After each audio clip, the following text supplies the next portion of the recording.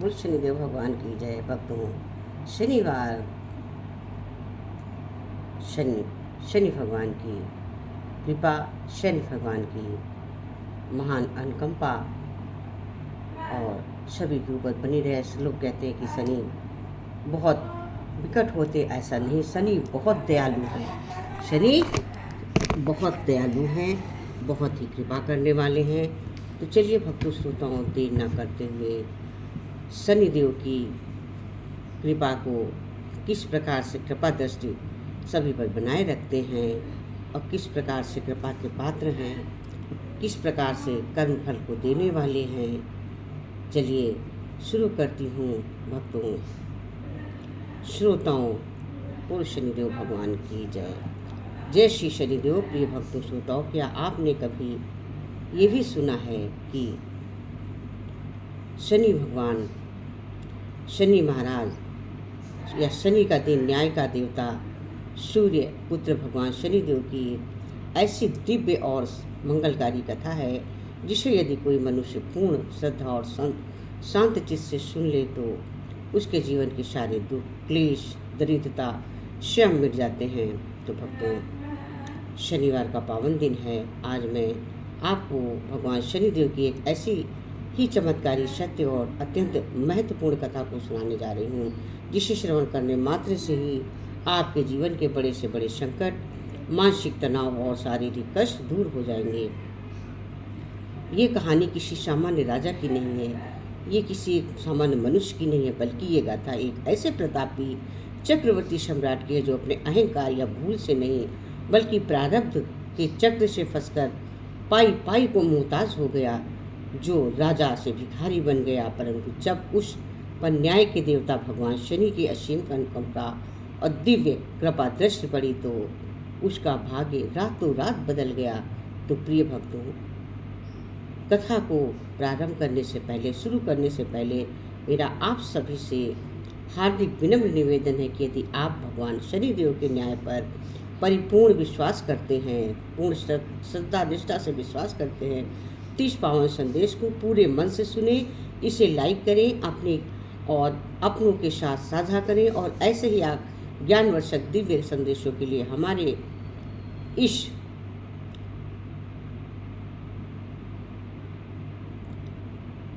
YouTube परिवार में जुड़कर हमारे चैनल को सब्सक्राइब करें और भगवान शनिदेव के प्रति पूर्ण श्रद्धा समर्पण भाव लाते हुए शनिदेव के द्वारा पावन दिवस के साथ इस परम दिव्य शनिवार का व्रत कथा को शुरू करती हूँ। प्राचीन भारतवर्ष की गोद में एक अत्यंत सुंदर और अनुपम अद्वितीय ऐश्वर्य से संपन्न एक राज्य था जिसका नाम था कानपुरा। कानपुर की कीर्ति चारों दिशाओं में फैली हुई थी। इस गौरवशाली राज्य की विशाल सीमाएं, गगनचुंबी महल, हरे भरे खेत और चारों तरफ बहती नदियां उसकी समृद्धि की कहानी स्वयं बयां करती थी मतलब बताती थी। कानपुर में केवल धनवान से ही समृद्ध नहीं थे, बल्कि वहाँ की प्रजा के चेहरों पर संतोष, आनंद, मुस्कान, धैर्य उस राज की असली पूंजी इस महान और वैभवशाली राज के सिंहासन पर विराजमान थे। और सिंह राजा धर्मेंद्र सिंह केवल अपनी वीरता और धैर्य के लिए नहीं जाने जाते थे, बल्कि वे अत्यंत धर्मपरायण, दयालु, प्रज्वलवश, परम न्यायप्रिय शासक थे। उनके हृदय में अपनी प्रजा के लिए एक पिता जैसा स्नेह था। उनके राज्य में कभी किसी चीज़ की कोई कमी नहीं थी। भंडार हमेशा अन्न और स्वर्ण से भरे रहते थे। साधु संतों का आदर होता था और दीन दुखियों को राजा के द्वार से कभी खाली नहीं लौटना पड़ता था। राजा धर्मेंद्र सिंह ने जीवन का एक परम नियम था। वे हर सुबह सूर्योदय से पूर्व उठते स्नान कर से निवृत्त होकर अपने राजसी ठाट बाट से भूल कर एक साधारण भक्त की भांति न्याय के अधिदाता देवता, कर्म फलदाता भगवान शनि महाराज शनिदेव की पूजा आराधना में लीन हो जाते।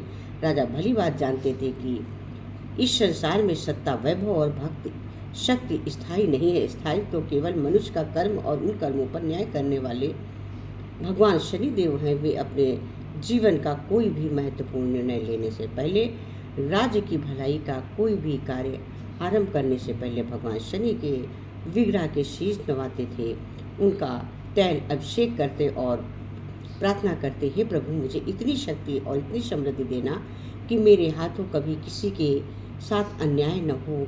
मेरा राज्य आपके न्याय की परिधि में फले फूले। राजा धर्मेंद्र गला साफ करने की आवाज़ सिंह से ऐसे धार्मिक और न्यायप्रिय आचरण के कारण पूरे कामपुर राज्य पर भगवान शनिदेव की विशेष कृपा दृष्टि बनी रहती थी। परंतु नियति के गर्भ में क्या छिपा है ये कोई नहीं जानता। राजा धर्मेंद्र सिंह का विवाह अत्यंत रूपवती और चतुर राजकुमारी कमला से हुआ। विवाह के प्रारंभिक दिनों में रानी कमला राजा के साथ कदम से कदम मिलाकर चलती। वो राजा के साथ धार्मिक अनुष्ठानों में बढ़ती, भगवान शनिदेव की पूजा अर्चना से सम्मिलित होती और राजा के राज काज के कार्यों में भी हाथ बटाती। राजा धर्मेंद्र सिंह अपनी पत्नी कमला को केवल अपनी अर्धांगिनी नहीं मानते, बल्कि वे उन्हें अपने जीवन का सबसे प्रिय, सबसे अटूट विश्वास पात्र और सब बुद्धिमती सलाहकार मानते थे। राजा के हृदय में रानी कमला के प्रति अगाध प्रेम और अंधा विश्वास था कि मतलब कुछ कहे बिना विश्वास घरेलू काम तब करने में पहले रानी कमला की सलाह अवश्य लेते थे। समय बीतता गया धीरे धीरे रानी कमला के मन में वैभव विलासता और असीमित सत्ता का अहंकार पनपने लगा। जिस पर पूजा पाठ और धर्म के मार्ग पर पहले चलती थी, वो धीरे धीरे उसे बोझ लगने लगा।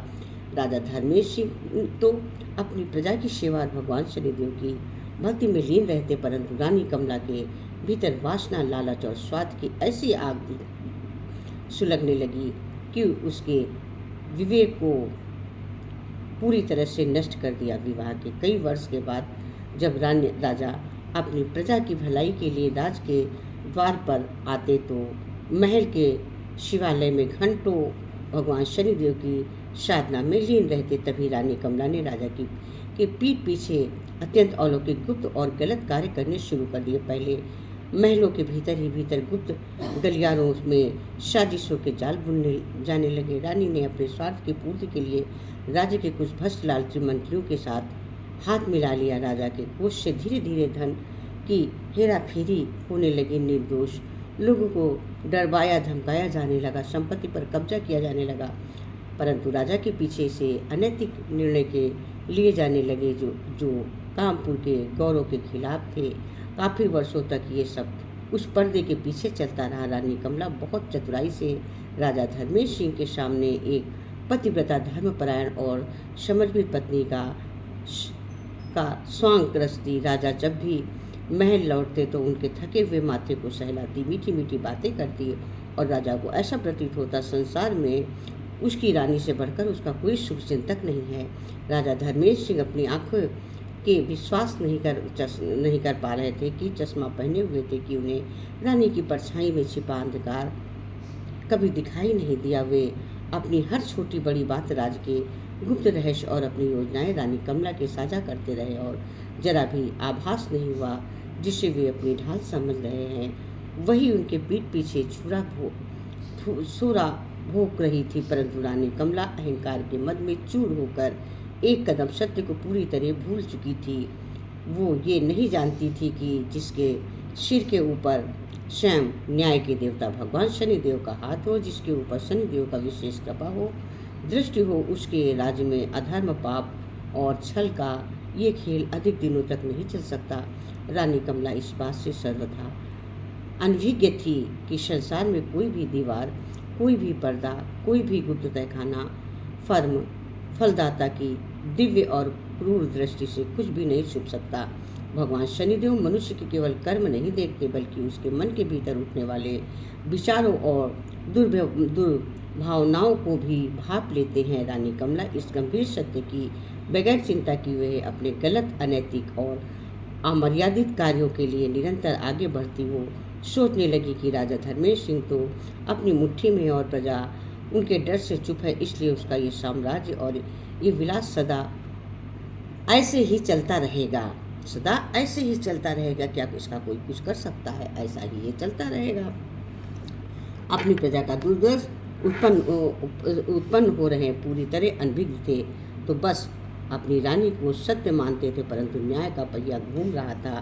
भगवान शनि की क्रूर दृष्टि से अधर्मियों का नाश करती है और सत्य की परीक्षा लेती है। ये अब महत्व पड़ने वाली थी। राजा धर्मेंद्र सिंह के जीवन के प्रारब्ध का एक ऐसा झंझावात आने वाला था कि जो उसके विश्वास, उसकी शक्ति और उसके पूरे अस्तित्व को हिलाकर रख देने वाला था। प्रिय श्रोतागण, समय अपनी गति से निरंतर बीत रहा था। कानपुर राज्य के महलों में ऐश्वर्य और विलासता का प्रदर्शन तो पहले जैसा ही था, परंतु अब उस पावन भूमि की हवाओं में एक अजीब सी भारीपन और अशांति घुलने लगी थी। राजा धर्मेंद्र सिंह को दिन रात अपनी प्रजा के कल्याण की चिंता छूने लगी थी, दिल में आने लगी थी। वे अक्सर देर रात तक राज दरबार के कक्ष में बैठकर न्याय के लिए नियम और प्रजा के लिए योजनाएं बनाते। जब वे थक कर अपनी रानी कमला के शयन कक्ष में पहुंचे तो रानी बड़े ही मधुर स्वर में उनका स्वागत करती। वो राजा के चरणों को दबाती, शीतल जल पिलाती और अपनी मीठी मीठी बातों में फंसाकर राजा को दिन भर मानसिक तनाव को पल भर में हर लेती। राजा धर्मेंद्र सिंह गदगद हो जाते। वे सोचते थे कि हे प्रभु शनिदेव, आपने मुझे कानपुर का वैभव दिया है, असीम शक्ति दी, परंतु इन सबसे बढ़कर आपने मुझे रानी कमला जैसी गुणवान और पतिव्रता अर्धांगिनी दी है। मेरे सुख दुख की सच्ची साथी है। राजा अपनी आंखों पर बंद करके रानी पर भरोसा करते। राज्य की गुप्त मुद्राएं, खजाने की चाबियां और गुप्तचरों की सूचनाएं तक रानी के पास सुरक्षित रहती।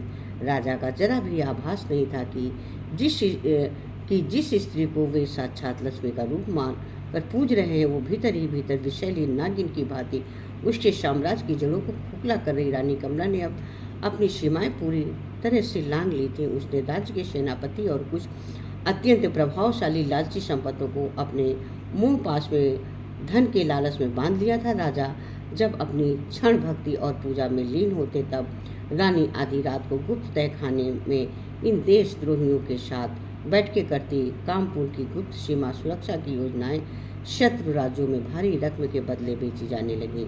इतना ही नहीं, जो गरीब किसान और असहाय प्रजा राजा के न्याय के गुहार लगाने महलों की तरफ आती, रानी के सैनिक उन्हें रास्ते में ही डरा धमकाकर मार पीट कर वापस भगा देते। प्रजा त्राही त्राही कर रही थी, परंतु राजा तक ये आवाज़ कभी पहुंच नहीं पाती थी, क्योंकि रानी ने राजा के चारों तरफ अपने चाटुकारों का एक ऐसा अवैध घेरा बना दिया था कि जो केवल वही राजा तक पहुंचने देते जिससे राजा भ्रम में रहे।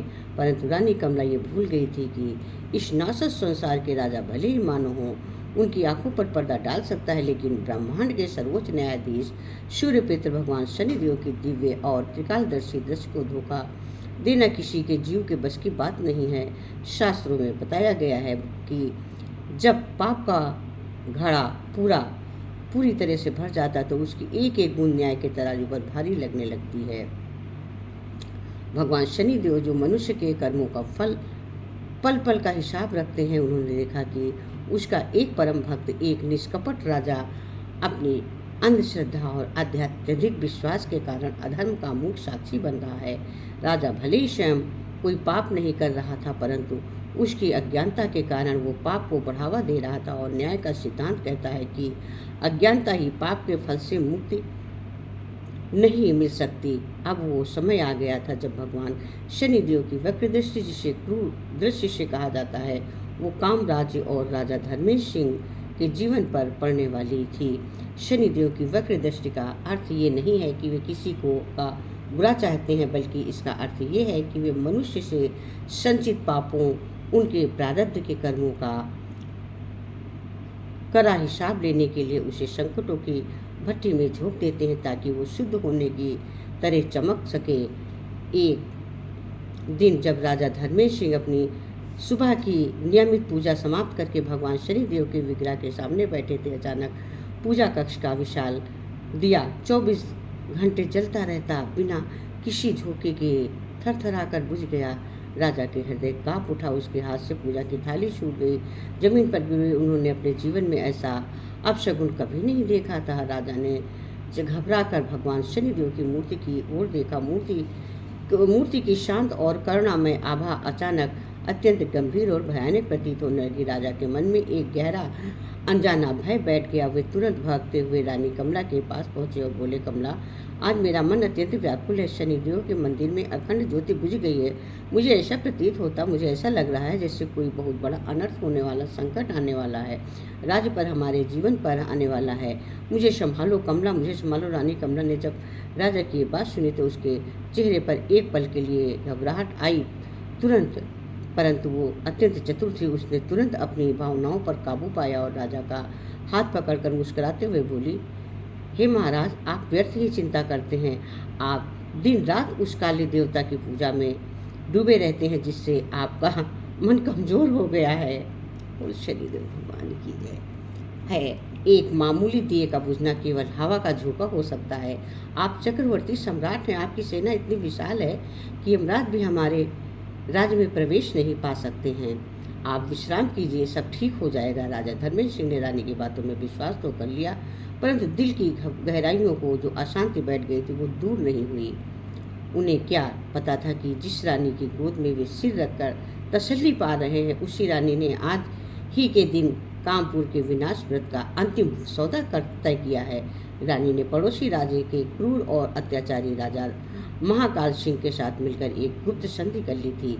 इस संधि के तहत आज आंधी रात को जब राजा और पूरा नगर सो रहा होगा, तब रानी महल के गुप्त पिछले द्वारों को खोल देगी, जिससे शत्रु सेना बिना किसी प्रतिशोध के महल के भीतर प्रवेश कर सके। रानी को ये लालच दिया गया था कि राजा धर्मेंद्र सिंह को बंदी बनाने के बाद उसे उस नए संयुक्त साम्राज्य की महारानी बनाया जाएगा और सारा खजाना उसका होगा। रात काफ़ी गहरी हो चली थी और कामपुर की गलियों में सन्नाटा पसारा हुआ था। आसमान के काले बादलों में डेरा डाल दिया था, मानो प्रकृति की आने वाले उस भयंकर तूफान को देख कर रो रही हो। राजा धर्मेंद्र सिंह अपने कक्ष में गहरी निद्रा में सोए हुए थे। उन्हें सपने में ही अंदाजा नहीं हो रहा था कि उसका विशाल विश्वास आज ही रात तार तार होने वाला है। ठीक मध्य रात्रि को जब घड़ी के कांटे एक दूसरे से मिले, रानी कमला अत्यंत दबे पाँवों के से राजा के पलंग के पास पहुंची और उसने राजा के चेहरे को देखा, जिसमें एक अबोध बालक जैसी सरलता थी, परंतु